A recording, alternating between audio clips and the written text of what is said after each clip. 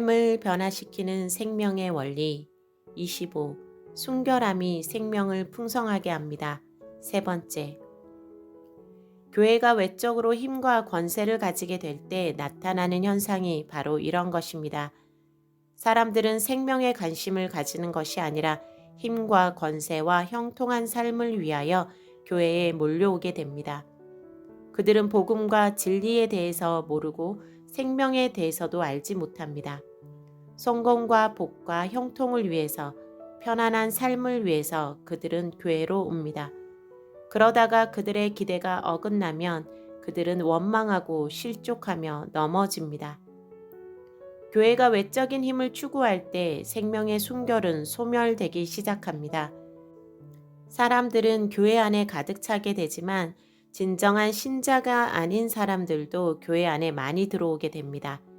교회는 차츰 생명에 관심이 없는 그들을 위해서 복음의 메시지가 아닌 사회적인 메시지를 전하게 됩니다. 차츰 주님의 교회는 사라지고 인간의 교회가 나타나게 되는 것입니다. 교회에 필요한 것은 순결함이며 주를 향한, 진리를 향한 갈망이지 외적으로 커지는 것이 아닙니다. 교회는 성경과 역사를 통해서 교훈을 받고 부자와 건세 있는 자들이 교회에 오는 것을 까다롭게 해야 합니다. 그들을 배척할 필요는 없지만 특별하게 점검해서 그 중심을 보아야 합니다.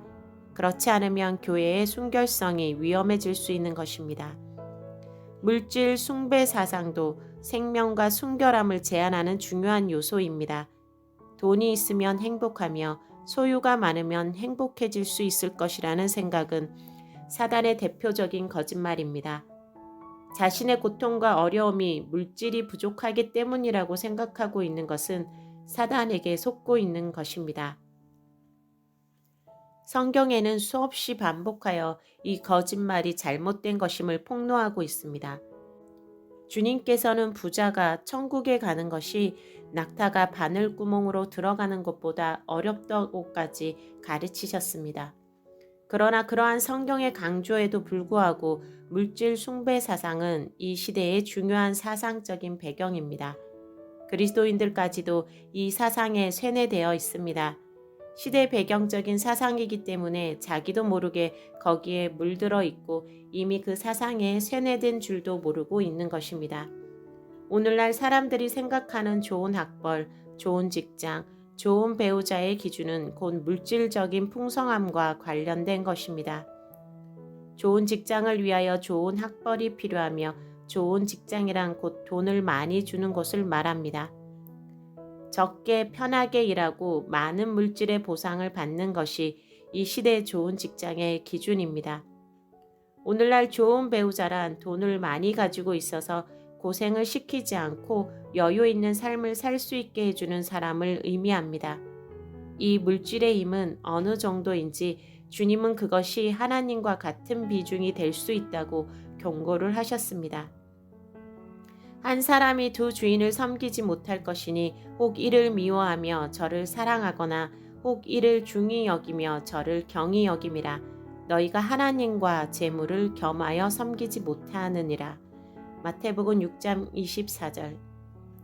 하나님과 재물을 동시에 섬길 수 없을 정도로 돈의 힘은 강력한 것입니다. 돈을 섬기는 사람은 하나님을 섬기지 못할 것입니다. 또한 하나님을 섬기는 사람은 돈을 섬기지 않을 것입니다. 현실적으로 돈은 하나님과 비교될 정도로 많은 것들을 공급해 줍니다. 돈은 필요한 모든 것을 공급하며 심지어 사랑까지도 공급해 준다고 사람들은 여깁니다. 이와 같이 하나님을 대체할 수 있는 능력과 속성을 가지고 있기 때문에 돈은 특히 생명의 순결함을 소멸하게 됩니다. 돈을 사랑하는 것도 역시 선악과에 속한 것입니다. 선악과는 근본적으로 하나님과 독립하여 스스로의 힘으로 사는 것인데 돈은 그러한 독립을 가능하게 하는 성질이 있기 때문입니다. 어려움이 있을 때 물질이 없고 권세도 없고 도와줄 사람도 없고 아무 방법이 없는 사람은 기도할 것입니다. 그러나 돈이 있는 사람은 기도하지 않고 돈의 능력을 의지해서 문제를 해결하려고 할 것입니다. 능력이 있는 사람에게, 힘이 있고 도울 수 있는 사람에게 돈을 주면서 자기의 문제를 도와달라고 할 것입니다. 그러므로 그들은 기도하지 않으며 하나님을 의지하지 않게 됩니다. 결국 돈을 의지함으로 하나님과 멀어져서 그 영혼이 독립되어 죽음에 이르게 되는 것입니다. 성경은 결코 물질을 악이라고 규정하지 않습니다. 부자도 그리스도인의 목표가 아니지만 가난도 그리스도인의 목표가 아닙니다. 돈을 악하게 보고 터부시하는 것도 균형 잡힌 사고는 아닙니다. 성경은 돈에 매이지 않고 초월할 것을 가르칩니다. 가난하다고 돈에 매이지 않는 것이 아닙니다. 부자라고 항상 돈에 매이는 것은 아닙니다. 얼마나 돈을 초월했는가 하는 것은 그 사람의 신앙과 연성과 헌신도, 성숙도에 달려 있는 것입니다. 돈을 사랑하는 것이 일만하게 뿌리이지 돈이 일만하게 뿌리는 아닙니다. 물질에 대한 바울의 고백은 이러한 초월에 대해서 잘 말해주고 있습니다. 내가 궁핍함으로 말하는 것이 아니라 어떠한 형편에든지 내가 자족하기를 배웠노니 내가 비천에 처할 줄도 알고 풍부에 처할 줄도 알아. 모든 일에 배부르며 배고픔과 풍부와 궁핍에도 일체의 비결을 배웠노라. 내게 능력 주시는 자 안에서 내가 모든 것을 할 수 있느니라. 그러나 너희가 내 괴로움에 함께 참여하였으니 잘하였도다. 빌립보서 4장 11절에서 14절. 바울은 궁핍하였습니다. 현실적으로 어려웠습니다. 그러나 그는 그러한 현실에 매이지 않았습니다. 가난함으로 인하여 걱정하거나 낙심하거나 하지 않았습니다. 그는 궁핍한 상황이 되든지 여유 있는 상황이 되든지 별로 상관하지 않았습니다. 그는 어떤 환경에 처해도 그 상황을 이길 수 있는 힘과 비결이 있기 때문입니다. 그 비결은 무엇일까요? 바로 그에게 능력을 주시는 분, 주님을 의지하고 사모하는 것이었습니다. 만물의 주인이신 그분이 함께 하시기 때문에 그는 무엇이든지 할 수 있었습니다.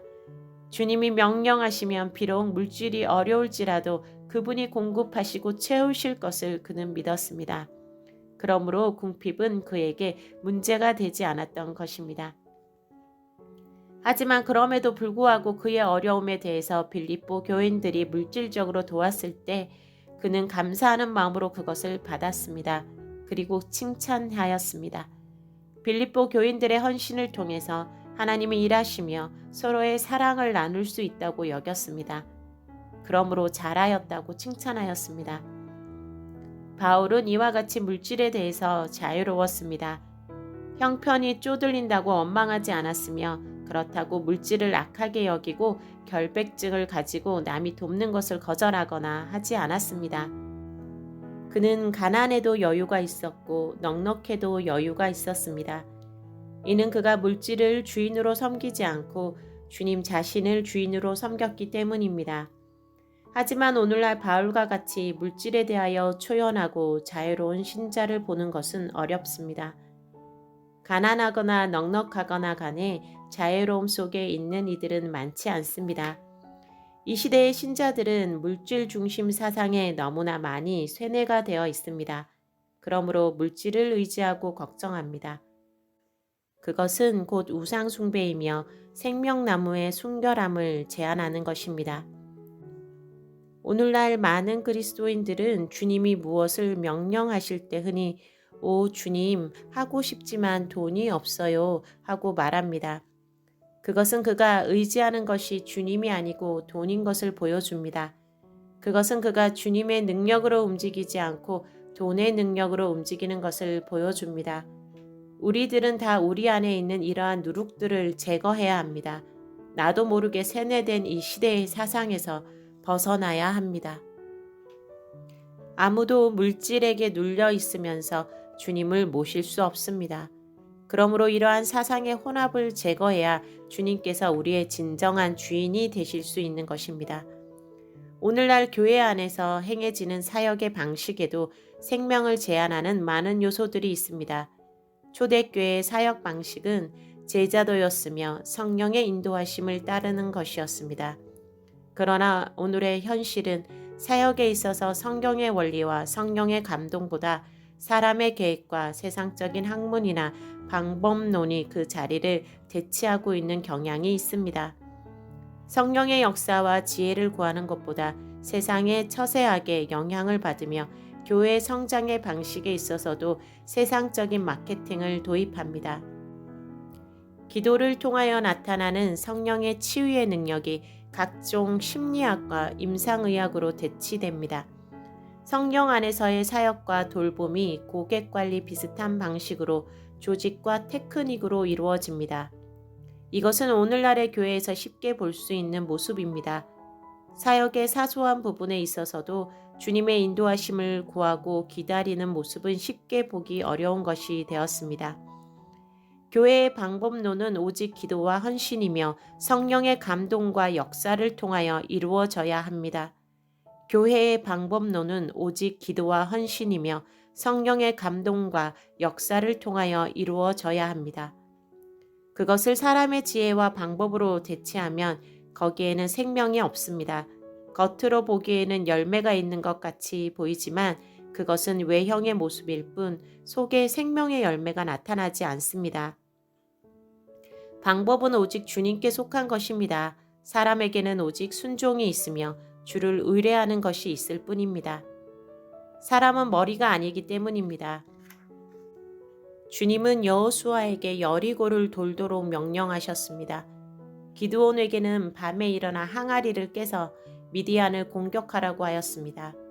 다윗에게는 뽕나무에서 소리가 나면 공격을 시작하라고 하셨습니다.